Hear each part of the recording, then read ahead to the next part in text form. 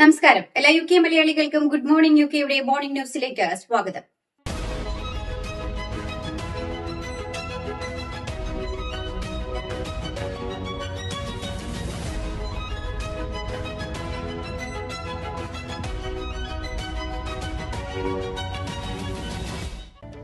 Gaza നഗരം ഏറ്റെടുക്കാനുള്ള തന്റെ പദ്ധതികൾ പുനഃപരിശോധിക്കണമെന്ന് ഇസ്രായേൽ പ്രസിഡന്റ് ബെഞ്ചമിൻ നെതന്യാഹുവിനോട് പ്രധാനമന്ത്രി കെയർ സ്റ്റാമർ ആവശ്യപ്പെട്ടു. നീക്കം കൂടുതൽ രക്തച്ചൊരിച്ചിലിന് കാരണമാക്കുമെന്നും അദ്ദേഹം പറഞ്ഞു. കഴിഞ്ഞ 22 മാസത്തിനിടെ 10,000-കണക്കിന് പലസ്തീനുകളുടെ മരണത്തിന് കാരണമായ സംഘർഷം രൂക്ഷമാക്കാനുള്ള ഇസ്രായേലിന്റെ തീരുമാനം തെറ്റാണെന്നും പ്രദേശത്തെ ക്ഷാമത്തിലേക്ക് തള്ളിവിടുന്നത് തെറ്റാണെന്നും ഇതിലൂടെ ഇസ്രായേലി ബന്ദികളുടെ മോചനം ഉറപ്പാക്കാൻ സാധിക്കില്ലെന്നും പ്രധാനമന്ത്രി മുന്നറിയിപ്പ് നൽകി. ഗാസ നഗരം ഏറ്റെടുക്കാനുള്ള പദ്ധതിക്ക് ഇസ്രായേൽ സുരക്ഷാ മന്ത്രിസഭ കഴിഞ്ഞ ദിവസം അംഗീകാരം നൽകിയിരുന്നു. ഗാസയുടെ കാര്യത്തിൽ യുഎസും യുകെയും തമ്മിൽ ഭിന്നതകളുണ്ടെന്ന് US vice president JD Vance അഭിപ്രായപ്പെട്ടു.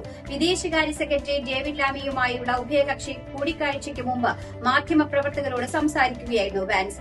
പാലസ്തീൻ രാഷ്ട്രത്തെ അംഗീകരിക്കണോ വേണ്ടയോ എന്നതുൾപ്പെടെ ഗാസയെക്കുറിച്ചുള്ള അദ്ദേഹത്തിന്റെ പരാമർശങ്ങൾ രണ്ട് രാഷ്ട്രീയക്കാർ തമ്മിലുള്ള അഭിപ്രായ വ്യത്യാസത്തിന്റെ സൂചനയാണ് നൽകുന്നത്. യുകെയോടുള്ള തന്റെ സ്നേഹം പ്രകടിപ്പിക്കുകയും ലാമിയെ good friend and gracious host എന്ന് വിശേഷിപ്പിക്കുകയും ചെയ്തു. അഭയാർത്ഥി വിരുദ്ധ സമരങ്ങളുടെയും പ്രതിഷേധങ്ങളുടെയും അടിസ്ഥാനത്തിൽ 3000 കലാപ നിയന്ത്രണ പോലീസുകാരെ വിന്യസിക്കുവാൻ തീരുമാനം. ദേശീയ തലത്തിലെ പോലീസ് കമാൻഡർമാരുടേതാണ് ഈ തീരുമാനം. ഈ വാരാന്ത്യത്തിൽ നടക്കാനിരിക്കുന്ന പ്രതിഷേധങ്ങളും സമരങ്ങളും അക്രമത്തിലേക്കും അശാന്തിയിലേക്കും വഴിമാറുമെന്ന ആശങ്കയെ തുടർന്നാണിത്. കഴിഞ്ഞ വേനൽക്കാലത്തെ കലാപങ്ങൾക്ക് ശേഷം ഇങ്ങനെ വൻതോതിൽ ദേശീയ തലത്തിൽ പ്രത്യേക പൊതുശാന്തി നിയന്ത്രണ സേനയെ വിന്യസിക്കുന്നത് ഇതാദ്യമായാണ്. ചില കലാപ നിയന്ത്രണ സേനാംഗങ്ങളെ തെരുവുകളിൽ വിന്യസിക്കുകയും മറ്റു ചിലരെ ഇംഗ്ലണ്ടും വെയിൽസും ഉൾപ്പെടെ കലാപ സാധ്യത ഉയരുന്ന ഹോട്ട്സ്പോട്ടുകളിലേക്ക് അടിയന്തരമായി വിന്യസിക്കുവാനായി തയ്യാറാക്കി വയ്ക്കുകയും ചെയ്യും.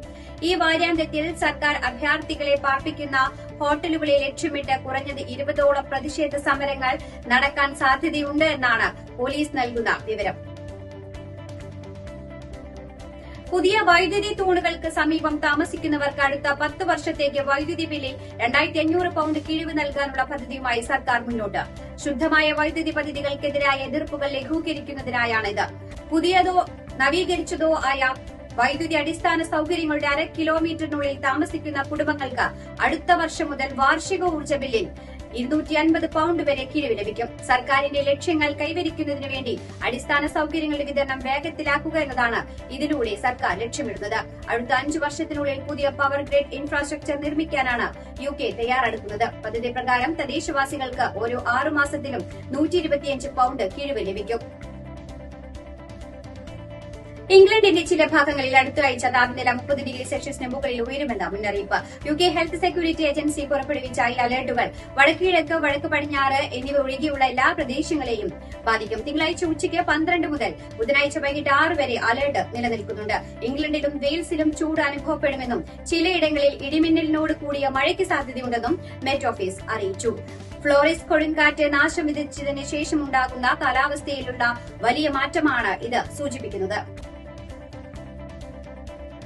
യുക്മ ഫെസ്റ്റിവൽ കേരളപുരം വള്ളംകളി 2025ന്റെ തയ്യാറെടുപ്പുകൾ അതിവേഗം പുരോഗമിക്കുകയാണ്. ഇതിന്റെ ഭാഗമായി വള്ളംകളിയിൽ പങ്കെടുക്കുന്ന ടീമുകളുടെ ക്യാപ്റ്റന്മാരുടെ യോഗവും ഹീറ്റ്സ് നറുക്കെടുപ്പും ഇന്ന് രാവിലെ 11 മണിക്ക് റോദർഹാമിലെ മാൻവേഴ്സ് ലേക്ക് ട്രസ്റ്റ് ഓഫീസിൽ നടക്കും. യുക്മ ദേശീയ പ്രസിഡന്റ് അഡ്വക്കേറ്റ് എബി സെബാസ്റ്റ്യന്റെ അധ്യക്ഷതയിൽ ചേരുന്ന യോഗത്തിൽ ജനറൽ സെക്രട്ടറി ജയകുമാർ നായർ വള്ളംകളിയിൽ പങ്കെടുക്കുന്ന ടീമുകൾക്ക് മത്സരങ്ങൾ സംബന്ധിച്ചുള്ള മാർഗനിർദ്ദേശങ്ങൾ നൽകും. തുടർന്ന് ഈ വർഷത്തെ മത്സരക്രമം തീരുമാനിക്കുന്നതിനുള്ള ഹീറ്റ്സ് നറുക്കെടുപ്പ് നടക്കും. വള്ളംകളി മത്സരത്തിൽ പങ്കെടുക്കുന്ന ടീമുകളുടെ ക്യാപ്റ്റന്മാരോ അവർ ചുമതലപ്പെടുത്തുന്ന ആളുകളോ ഈ യോഗത്തിൽ പങ്കെടുക്കേണ്ടതാണ്. യോഗക്രമം സംബന്ധിച്ചുള്ള വിശദമായ അറിയിപ്പുകൾ ഇതിനോടകം തന്നെ ടീം ക്യാപ്റ്റന്മാരെ നേരിട്ട് അറിയിച്ചിട്ടുണ്ട്. UUKMA treasurer Shijo Varghese, vice president Varghese Daniel, വള്ളംകളി ജനറൽ കൺവീനർ ഡിക്സ് ജോർജ്, വള്ളംകളി രജിസ്ട്രേഷൻ ചുമതലയുള്ള ദേശീയ സമിതി അംഗം George Thomas, Yorkshire and Humber regional president Ambili Sebastian തുടങ്ങിയവർ യോഗത്തിൽ സംബന്ധിക്കുന്നതാണ്. കായിക പ്രേമികളുടെ ആവേശമായ വള്ളംകളിയും മലയാളികളുടെ പ്രിയപ്പെട്ട കലാരൂപങ്ങളായ തിരുവാതിരയും തെയ്യവും പുലിക്കളിയും നൃത്തനൃത്യങ്ങളും സംഗീതവും ആസ്വദിക്കാൻ മുഴുവൻ യുകെ മലയാളികളെയും യുഗ്മ ദേശീയ സമിതി ഓഗസ്റ്റ് 30-ന് റോദർഹാം മാൻവേഴ്സ് തടകക്കരയിലേക്ക് സ്വാഗതം ചെയ്തു. 15ാം വാർഷികത്തിന്റെ നിറവിൽ കേംബ്രിഡ്ജ് മലയാളി അസോസിയേഷന്റെ കരുണഭവന നിർമ്മാണ പദ്ധതിയുടെ നിർമ്മാണ ഉദ്ഘാടനം MLA അഡ്വക്കേറ്റ് മോൻസ് ജോസഫ് നിർവഹിച്ചു. DCC general secretary Sunu George അധ്യക്ഷത വഹിച്ച ചടങ്ങിൽ അസോസിയേഷൻ മുൻ പ്രസിഡന്റ് ജോജി ജോസഫ് പദ്ധതി വിശദീകരണം നടത്തി. പഞ്ചായത്ത് മെമ്പർ മിനി സാബു, മുൻ block member CM George Kothanalloor, Koronappally വികാരി റവറന്റ് ഫാദർ പടിക്കക്കുഴിപ്പിൽ സെബാസ്റ്റ്യൻ എന്നിവർ ആശംസകൾ അർപ്പിച്ചു. താളുമായി ബന്ധപ്പെട്ട വിഷയം സംഘടന ഏറ്റെടുത്തുവെന്നും ഉപകരണം തിരിച്ചറിയാതെ പോയതിൽ ആരെയും കുറ്റപ്പെടുത്തുന്നില്ലെന്നും ഡോക്ടർ ഹാരിസ്. തിരുവനന്തപുരം മെഡിക്കൽ കോളേജിൽ ഉപകരണം കാണാതായ സംഭവത്തിലടക്കം അന്വേഷണം നടക്കട്ടെയെന്നും താൻ തുറന്ന പുസ്തകമാണെന്നും ഡോക്ടർ ഹാരിസ് പറഞ്ഞു. താനില്ലാതെയായാലും തനിക്ക് പ്രശ്നമില്ല, ഏത് രീതിയിലുള്ള അന്വേഷണത്തെയും ഭയക്കുന്നില്ലെന്നും അദ്ദേഹം പറഞ്ഞു. പരസ്യമായി മദ്യപിച്ച സംഭവത്തിൽ TP ചന്ദ്രശേഖരൻ വധക്കേസ് പ്രതികൾക്കെതിരെ കേസെടുത്തു. കൊടിസുനി എന്ന സുനിൽ കുമാർ, മുഹമ്മദ് ഷാഫി, ഷിനോജ് എന്നിവർക്കെതിരെയാണ് തലശ്ശേരി പോലീസ് കേസെടുത്തത്. ഇവർക്ക് മദ്യം എത്തിച്ചു നൽകിയ കണ്ടാലറിയാവുന്നവർക്കെതിരെയും കേസെടുത്തിട്ടുണ്ട്. കേരള അബ്കാരി നിയമത്തിലെ വകുപ്പുകൾ ചുമത്തിയാണ് കേസ് രജിസ്റ്റർ ചെയ്തത്. അമ്മ തെരഞ്ഞെടുപ്പുമായി ബന്ധപ്പെട്ട് പരസ്യപ്രതികരണം വിലക്കി താരസംഘടന. വിലക്ക് ലംഘിച്ചാൽ കർശന നടപടിയെന്ന തെരഞ്ഞെടുപ്പ് വരണാധികാരികൾ.